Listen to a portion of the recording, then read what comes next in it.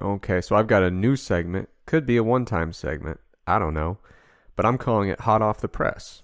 The reason I'm calling it that, I saw a study that was published online yesterday that is a bit relevant. It's a question that I get a lot. I'm not going to do a really deep dive on the study, but it is one of those things where I saw it come up and figured, hey, I know several thousand people that would like to hear about this. So the paper was called Metabolic Effects of a Prolonged, Very High Dose Dietary Fructose Challenge in Healthy Subjects.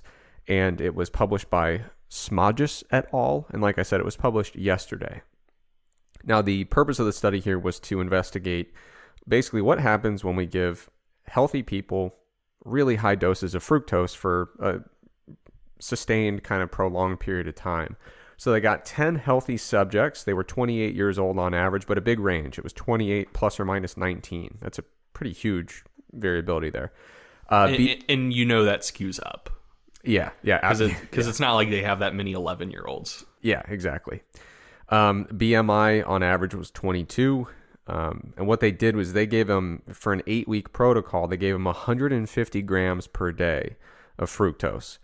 That's a lot of fructose. And the reason I wanted to kind of quickly report these findings is because I have a lot of people who will ask me, hey, I really like fruit, but I'm reading on the internet that fructose, which is one of the predominant types of sugar in fruit.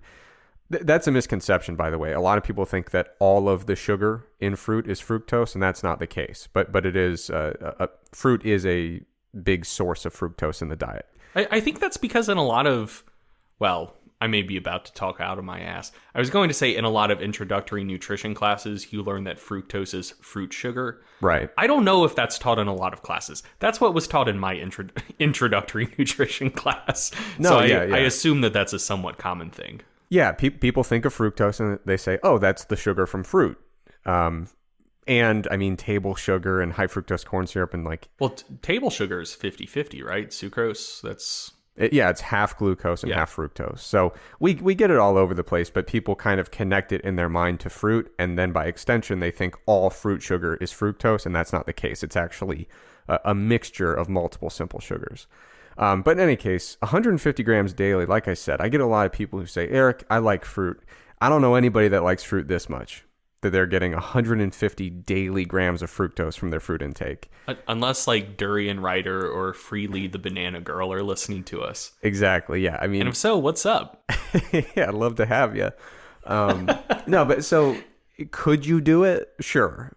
But the question would be why, So in any case, what I really like about this is, it's a controlled intervention where they really are pushing pretty much the higher limit that you would even consider like feasibly obtaining in a diet unless you're trying to prove a point, basically.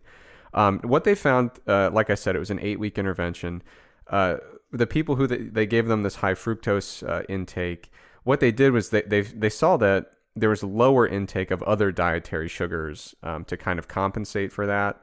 Not intentionally, but it's just kind of what happened.